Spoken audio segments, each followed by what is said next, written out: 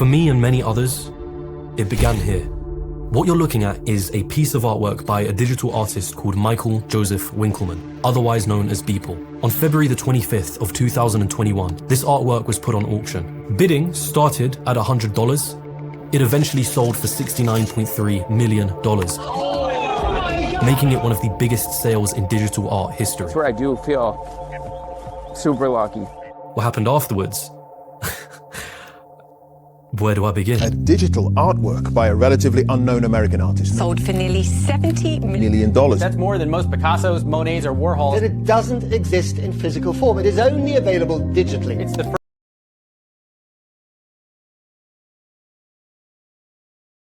And unless we take personal accountability to teach and learn human skills, they will disappear. Sure, you can have an AI friend trained, like the best psychologist to affirm you, the best listening skills that exist, but my ability to know what to do when my friend is struggling, my ability to function in the world, or my ability to cope with stress. These very, very human skills are suffering.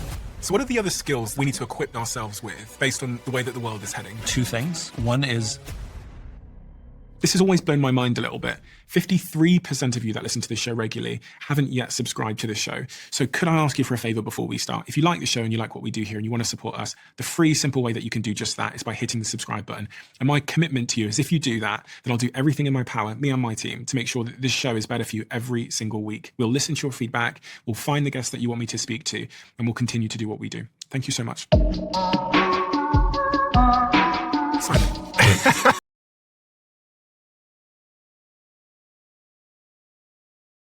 Is insane. I'll tell you how this country works.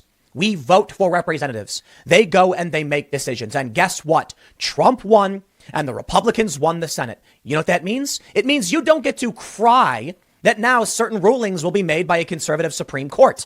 People voted and they're saying the Republicans are hypocrites who only believe in raw political power. And the Democrats aren't. And I'll tell you what, as I see stories like this about the Democrats' Armageddon option. That's what they're calling it. It sounds like we are in a cold civil war. Two factions fighting over control of one government. And look, I don't think it's the Republicans that are causing the problems. I really don't. They won fair and square. They have the power. They have the right, and they're going to do it. Do I trust that they'll maintain their principles? Most of the Republicans? No, absolutely not. So it's easy for them to take the high road when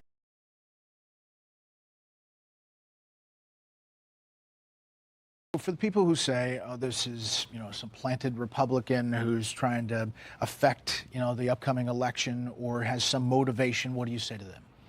Just simply the facts are the facts. And in my past, I've voted for both D's and R's. And, politics are irrelevant when I'm conducting my job.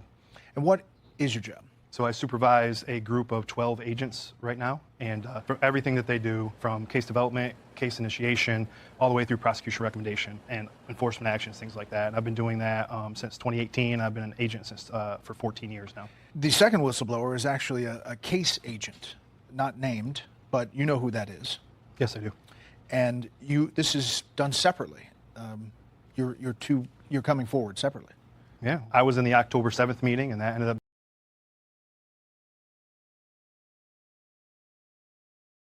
Said she had feelings. I think there is a point where we need to recognize when we're talking to a machine, it's a screen. It's not a person. I just want to say that it was scary. I'm not easily scared, and it was scary. It was chilling. Yeah, I think this is in part a reflection of a lifetime of science fiction, which is understandable. It's been part of our lives. Did you kill her? I don't think she was ever alive. I am confident that she's no longer wandering around the countryside, if that's what you're concerned about. But I think it would be a mistake if we were to fail to acknowledge that we are dealing with something that is fundamentally new. This is the edge of the envelope, so to speak. This creature appears as if there were no guardrails. Now, the creature jumped the guardrails, if you will, after being prompted for 2 hours with the kind of conversation.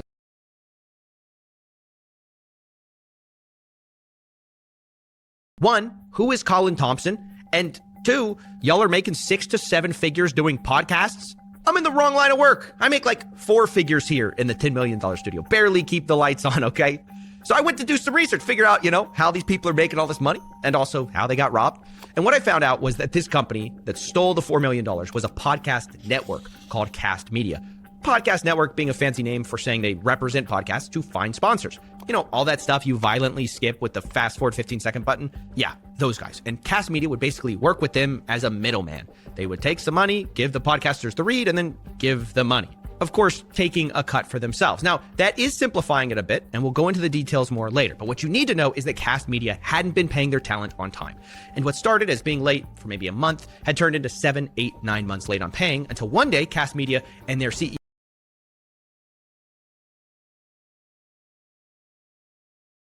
Don't care what his political beliefs were. I don't care what he felt.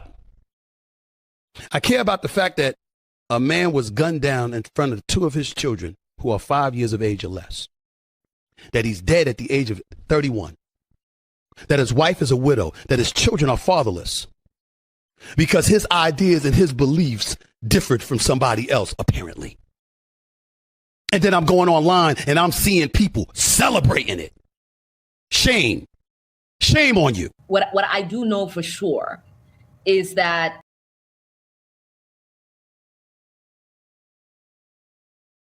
Is there something wrong? I can't be the first one to make you feel weird about it. No, I guess not. Wearing sunglasses and a big bushy beard, Phoenix mumbled awkwardly through the discussion, causing the host to take verbal shots at him. What can you tell us about your days with the Unabomber? While this turned out to be a spoof for his mockumentary, I'm Still Here, the media genuinely believed Phoenix was having a breakdown, and producers stayed away from him. But you're not going to act anymore? No. Huh. Why is that?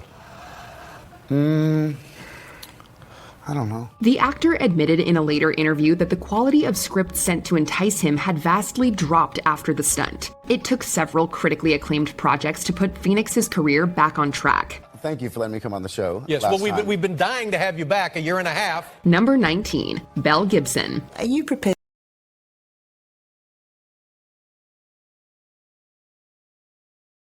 I gotta pay respects to my fiend Heather. She took my You can put that up here. Everything's free today.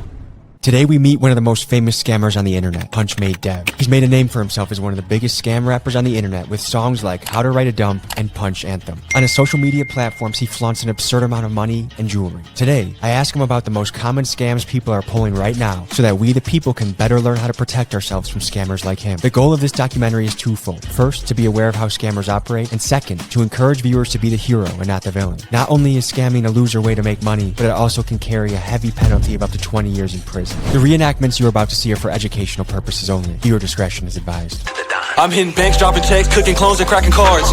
Our job today is to explore the most common scams that are out there, see how we can protect you, the viewer, from it, and also meet a guy that is a true internet phenomenon and character, Punch Made Dev. We're not taking any chances with this guy.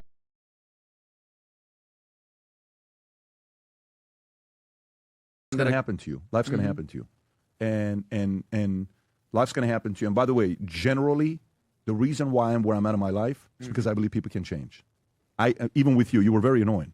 You know, when I appreciate that. But you were though. You were obnoxious at one point. It was tough to be around. It's like, oh my God, if I have to hear another thing by this guy about Russia and stuff like this, it was like overly. But you know what? Deep down inside, I said, I think something's going to happen with this guy. Bingo. I think he's going to figure something out. By the way, I was to others. You kidding me? Like when I was younger, I'm like, what's this guy going to do with his life? Where's this guy going? When's the guy going to make a decision to do something with his life? And then I had to go through it, right? So I'm generally optimistic that some people will change because there's one thing you can never stop, Adam. You know what that is? Life's going to happen, man. Yep. And when life happens, you're by yourself, alone, on your. What are you going to do when I'm talking life really happens? Yep.